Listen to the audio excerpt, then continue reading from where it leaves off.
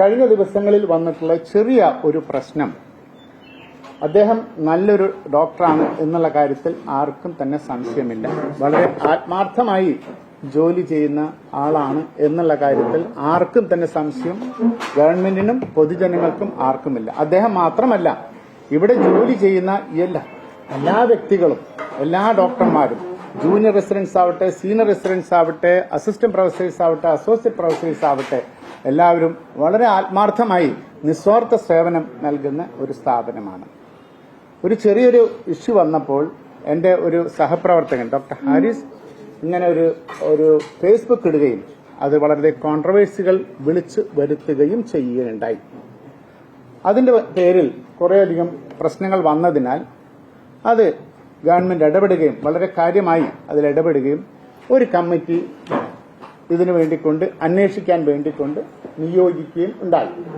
ആ കമ്മിറ്റിയിലുമുള്ളത് പ്രഗത്ഭരായ, കേരളത്തിൽ വർക്ക് ചെയ്യുന്ന ഏറ്റവും പ്രഗത്ഭരാണ് എന്ന് പറയാവുന്ന തരത്തിലുള്ളതായ ഡോക്ടർമാരാണ് ആ കമ്മിറ്റിയിൽ ഉണ്ടായിരുന്നത്.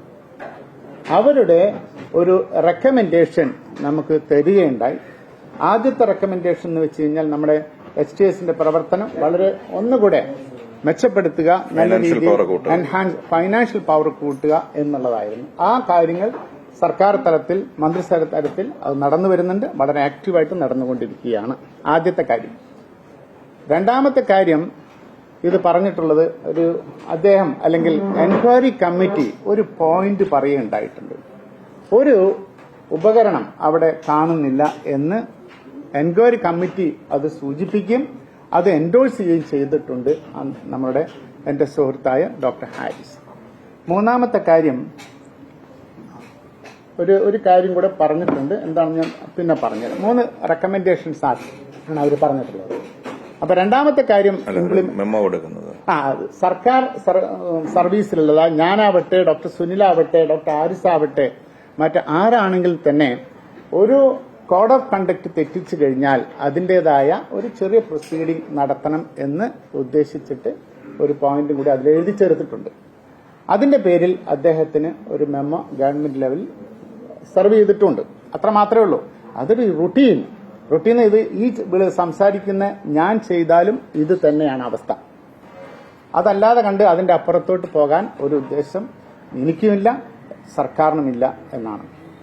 രണ്ടാമത്തെ കാര്യമായ ഒരു ഇൻസ്ട്രുമെന്റ്, സർക്കാരിന്റെ സാധനം പോകുക എന്ന് വെച്ച് കഴിഞ്ഞാൽ ഒരു ചെറിയ കാര്യമല്ല. നിങ്ങൾക്കറിയാം, സർക്കാർ എന്ന് വെച്ചാൽ എന്റെയും നിങ്ങളുടേതാണ്. അങ്ങനെ വരുമ്പോൾ ആ ഉപകരണം എവിടെ പോയി എന്നുള്ള ഒരു അന്വേഷണത്തിന് വേണ്ടിക്കൊണ്ട് DME തലത്തിൽ ഞങ്ങൾ അന്വേഷണം തുടങ്ങി. ഒരു ദിവസം കഴിഞ്ഞ ശനിയാഴ്ച DMEയുടെ നേതൃത്വത്തിൽ അവിടെ പല സ്ഥലങ്ങളിലും പരിശോധിച്ചു, കണ്ടില്ല. അതിനുശേഷം പക്ഷെ ഒരു ഹെഡ് ഓഫ് ദി ഡിപ്പാർട്ട്മെന്റിന്റെ റൂമിൽ കയറി ഒന്ന് നോക്കണം എന്ന് പറഞ്ഞതനുസരിച്ച് പ്രിൻസിപ്പളായ ഞാൻ അവിടെ പോയി അവിടെ ഒരു ഉപകരണം കാണുകയുണ്ടായി. അന്ന് എന്റെ സുഹൃത്തായ എന്റെ സഹപ്രവർത്തക ഡോക്ടർ ടോണി എന്റെ അരികത്ത് തന്നെ ഇരിക്കുന്നുണ്ട്. അദ്ദേഹത്തിന്റെ സാന്നിധ്യത്തിൽ യൂറോളജി ഡിപ്പാർട്ട്മെന്റ് ഡോക്ടർ ടോണി എന്റെ കൂടെ ഇരിക്കുന്നുണ്ട്. അദ്ദേഹത്തിന്റെ കൂടെയാണ് ഞാൻ പോയത്. അദ്ദേഹം എനിക്ക് ഒരു ഇൻസ്ട്രുമെന്റ് കാണിച്ചു തന്നു. ഞാൻ പറഞ്ഞ പോലെ തന്നെ അതിന്റെ പരിപൂർണമായിട്ടുണ്ടോ എന്ന് നോക്കാൻ വേണ്ടിക്കൊണ്ട് ഒരു വിശദമായ പരിശോധന നടത്താം എന്ന് പറഞ്ഞതിന്റെ പേരിൽ ഇന്നലെ ഞങ്ങൾ വീണ്ടും ആ റൂമിലോട്ട് കയറേണ്ടത്. ആ സമയത്ത് എന്റെ സഹപ്രവർത്തകനായ ഡോക്ടർ സാജു ഉണ്ടായിരുന്നു. അതോടുകൂടി തന്നെ ഡോക്ടർ ടോണി ഉണ്ടായിരുന്നു. പിന്നെ DME പോലുള്ളതായ ഒഫീഷ്യൽസും ഉണ്ടായിരുന്നു. അവിടെ ഞങ്ങൾ ഒരു ഉപകരണം കണ്ടു, അത് പരിശോധിച്ചു. ഞങ്ങൾ ഒരു വിധത്തിൽ ഒരു സെറ്റ് ചെയ്യുന്ന സമയത്താണ് ചെറിയൊരു സംശയം, അവിടെ വേറൊരു ബോക്സും കൂടി ഇരിക്കുന്നു. പക്ഷേ ആ ബോക്സ് മിനിഞ്ഞാന്ന് കണ്ടില്ലായിരുന്നു.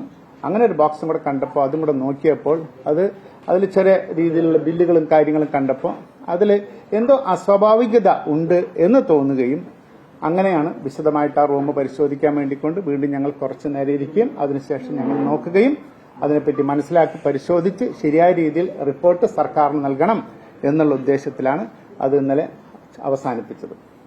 അതുകൊണ്ട് എനിക്ക് പറയാനുള്ളത്, ഈ സ്ഥാപനത്തിന്റെ ആശുപത്രി സംബന്ധ കാര്യം നിങ്ങൾക്ക് സംസാരിക്കാൻ വല്ലതുണ്ടെങ്കിൽ സൂപ്രണ്ട് എന്റെ എഴുതിയിരിക്കുന്നുണ്ട്, നിങ്ങൾക്ക് ചോദിക്കാം.